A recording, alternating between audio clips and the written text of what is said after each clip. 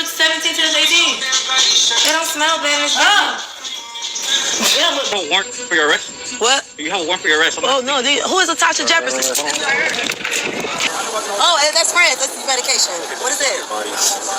That's his medication. And Jeremy take you to jail. Why would you just say some like that? You serious? You think that's cool? Do you think it's cool for you to say just say not fair to you, right? What's up, you guys? It's your girl, Billy Bay, and thank you so much for taking the time to join me today on my YouTube channel. And as you can tell from the title of this video, we're going to be deep diving in a rabbit hole of the one and only Tommie Lee. But before I get into this video, please like, comment, subscribe, hit that bell so you be notified every time I upload new content. Now let's get into this video. So we have Tommie Lee, honey, very wild, the fashionista, very crazy, but in the end, very relatable in a lot of aspects. She's still one of the best to ever do it when it came to reality TV, okay? So Tommie Lee, from childhood and beyond, kind of had it rough. In and out of group home, in and out of the juvie system. Like, my issue with my parenting is that my father wasn't there. He was in jail, in prison my whole life. He got out and lived free for like 1 year, and then he got killed. As for my mother, she wasn't there a lot because she was a single parent and she like hustled. You know what I mean? She didn't have like a 9 to 5, and even if she did, I mean, you're only allowed a certain amount of time with your parents, so to speak, because they have to work to provide for you. But it's just like in the times that we had, I wish it was like more bonding. You know, that's my resentment, I guess, for her. I learned a lot of things from elsewhere, like in the street, in jail. And the things that she did taught me to survive. I respect her for it because I never missed a meal and I never lacked in taking care of my kids. But it did land me in a lot of trouble. You know what I mean? Tommie is one of the only people I know that could go to jail as many times as she had and still not be down the road today. She has been in prison before, but she's out today and she still catching charges while catching the bag, honey. Like, it's a horror story. It's horrible in jail, okay? Like, it's a bunch of lesbians, it's a bunch of killers, it's a bunch of everything in there. When I got arrested, I was coming from a booking, so I kind of had like $10,000 on me. I didn't need nobody to put money in my books, but it was a lot of fans. And shout out to the fans who like really sent me money receipts. I'm like getting money receipts like, what? I don't even know the names of the people, but like they was just sending me money like from everywhere. Tommie Lee really had her big break on Love and Hip Hop Atlanta some years ago on season 4. But what people don't know is that Love and Hip Hop didn't just come across Tommie Lee. Tommie Lee came across Love and Hip Hop. And the intentions was just to get some money, ultimately, legally. It was like to legally get some money because I was like in the streets and I was, you know, I was scamming. Y'all don't know this, but me and Scrapp wasn't together. Like, I used to hustle with his mom, and she was like, guess what, bitch? And we sat down. We had a meeting, and that's how it went. But I was in a relationship. I was in a whole relationship with my African. And when she did, the rest was history. So from what we believed back in the day, that Tommie Lee was dating Scrapp when Scrapp and his mother KK made their debut to Love and Hip Hop Atlanta, it was really a setup. None of it was true. None of it was real. Now, what I can say was real was Tommie Lee and KK's affiliation. Maybe she a boss in y'all eyes, but I'm gonna give y'all some history on this bitch, okay? First of all, I've been knowing Tommie about maybe 11 years. She was my employee. Let's get the shit straight. One person is the boss, which was me, and one person was the employee. In the street, they call it a worker, okay? Now, most of y'all don't know is that KK did come out with a show on the back end. It really did get a lot of hype, and I think it's a YouTube series. KK and Tommie Lee were originally going to do that together.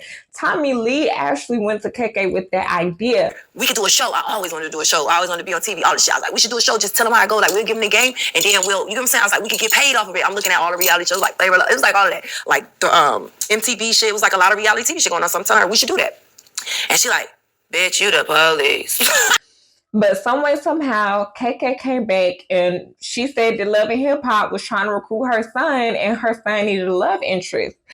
Scrapp had some ideas on his own of who he wanted his love interest to be, but KK was like, fuck all this shit. I got your girl. VH1 done called the boys. They want the boys to be on the show. Scrapp sending me all of these hoes. And he was like, Mom, which one should I pick? And she said, I told that nigga none of them. You know how KK talk? So she was like, I told him none of them. I got the perfect bitch for you. So KK talked to Tommie Lee, and Tommie Lee, of course, was on board. She was like, let's do this. Tommie Lee always wanted to be on TV. Love and Hip Hop at that time, they were on their 4th season, you know, so she was like, she's going to take this opportunity. And from what y'all don't know is that Tommie Lee been featured on it. Well, she wasn't really featured on the episode, but she was definitely in the background on the episode at one of Rashida's events prior to Tommie Lee's 1st season. That's the real tea. Tommie Lee and Scrapp introduces their love interest, Tobacco, to Love and Hip Hop, and they loved it. They loved Tommie Lee's personality. You know, Tommie Lee, she's scamming and all that shit with KK. So she already got that little je ne sais quoi about her. She already got that feistiness about her. So they loved it. Love and Hip Hop loved it. And the rest was history. Tommie Lee made it to season 8, but the shit started going south because her drinking started getting outrageous. Are you drunk? A little bit. What's wrong? I'm in shock. Why, so you doing this bitch makeup and she telling you that you her best friend on Instagram? Wait, what? What happened? Short poster, bitch. I'm gonna shut your whole house down. You know I know how y'all live at. Now, I don't want to say it was cocaine. I don't want to say it was anything like that. But all I know is that Charnay that she loved was having that bitch go off the deep end. Okay, she started going off from production. She started going crazy. Had to be escorted off the scene.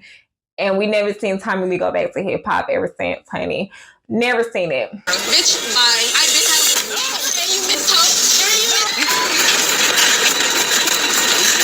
That's fake what? That's fake what? Luckily, while Tommie Lee was on Love and Hip Hop, she was able to create her fan base and her diehard supporters to where her social media accounts, anything that she did and posted, it would do well for her. Any interview she went on, she could definitely up the price. You know, Tommie Lee, she solidified her name when it came to Hollywood and seemed to have started to get into a little drama. She done got arrested from smashing her daughter's head into the locker at the school, child. Big trouble for an Atlanta reality star. Smyrna police arrested Tommie Lee from Love and Hip Hop Atlanta. She's now facing a long list of charges, including cruelty to children involving her own daughter. We have new information tonight. Fox 5's Denise Dillon live in Smyrna. And Denise, what's even more shocking, this happened at a school. Yeah, Griffin Middle School right here in Smyrna. Her daughter is a student there. And she, according to the arrest warrant, Tommie Lee grabbed her daughter by the head and slammed her into a school locker. Basically, you know, the rumors, her slamming her daughter's head into the locker, her doing this and that, it was just like totally fabricated and just like, you know, it was just made bigger than what it was, I feel like, because of who I am. Child, they say when you have the daughters, they definitely gonna give you a little taste of you when you was that age and some more. And I wouldn't be surprised if Tommie Lee's daughter was on that. I would not be surprised if she was on that. I mean, the girl took a bag of edibles to school. Like, come on now. Handing them out to the kids. Kids ended up in the hospital. She got into the little thing talking about Chris Brown's child, honey. Want nobody to see your baby? Cool. I don't give a fuck about no motherfucking baby. Your baby. And fuck his daddy, too. What the fuck? Really? I know that's right. Right. Like, girl, I ain't impressed by no motherfucking baby. All y'all look albino as fuck. All of y'all motherfuckers. Oh, welcome. That baby look like he got a little something going on with him. I'm scared of the baby. Oh my eyes cocked like a pistol. I don't care about that baby. Talk about his eyes caught like a pistol. Got into a little beef with Tamar Braxton. Had Tamar Braxton's husband, fiance, whatever you want to call it, eating her booty like groceries. We're black. Tamar, I can say your name. I know I'm not a crackhead. I live too well, baby, and I've never indulged in drugs. JR, you never want to play with me. Wait, so you let him eat your ass? From the rooter to the tutor? What? I was kind of drunk, so it was cool. I would say this, like, he did try to stick the tip in or whatever, but I wasn't going, so I did reach down there and then just gave it a little, you know, a little stroke, just to send him, and then I was. Then Tommie, of course, came across Baddies, which, if y'all don't know what Baddies is, it's basically like a spinoff of Bad Girls Club, but it's shown on Zeus, and Natalie Nunn is like one of the main producers for the shit. She takes these girls in these houses, honey, and basically had them scrap for some fucking money.